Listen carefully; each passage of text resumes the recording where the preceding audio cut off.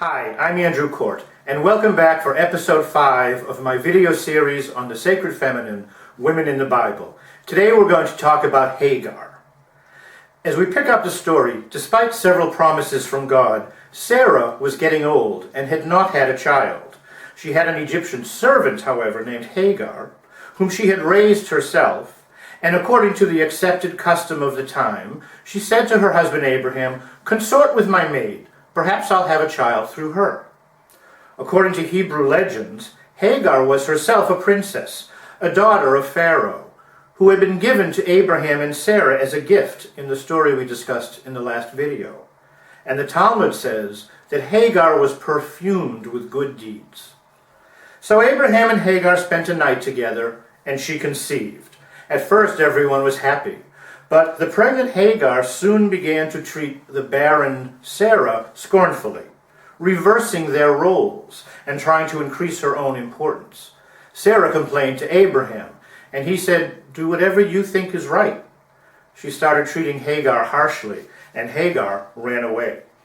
But God sent an angel to find her, and when the angel found her near a well, which always symbolizes a source of divine truth, he told her that she must return home and put up with Sarah's treatment.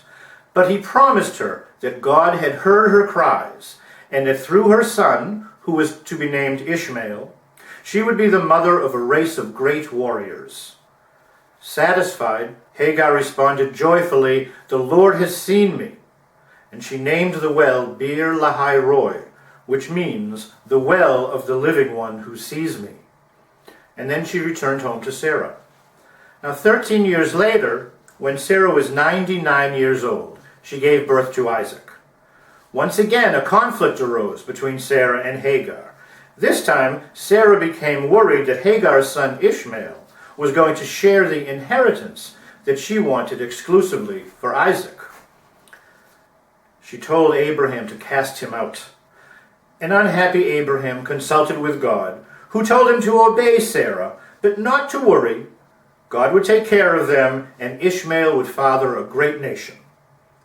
Abraham gave them supplies of food and water, and mother and son left. Soon the water ran out, and Hagar wandered away from Ishmael. She didn't want to watch him die. But God sent another angel to find her and to open her eyes, and she saw yet another well, which sustained her and Ishmael in the wilderness. And Hebrew legends confirm that Abraham loved his eldest son, and visited him often during his long life. Now, why this conflict between Hagar and Sarah?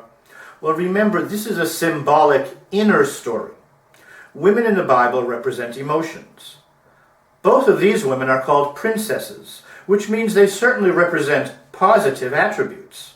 But Sarah represents the highest, most sacred part of the soul. Sarah is from Canaan, the promised land. Hagar is a child of the ego.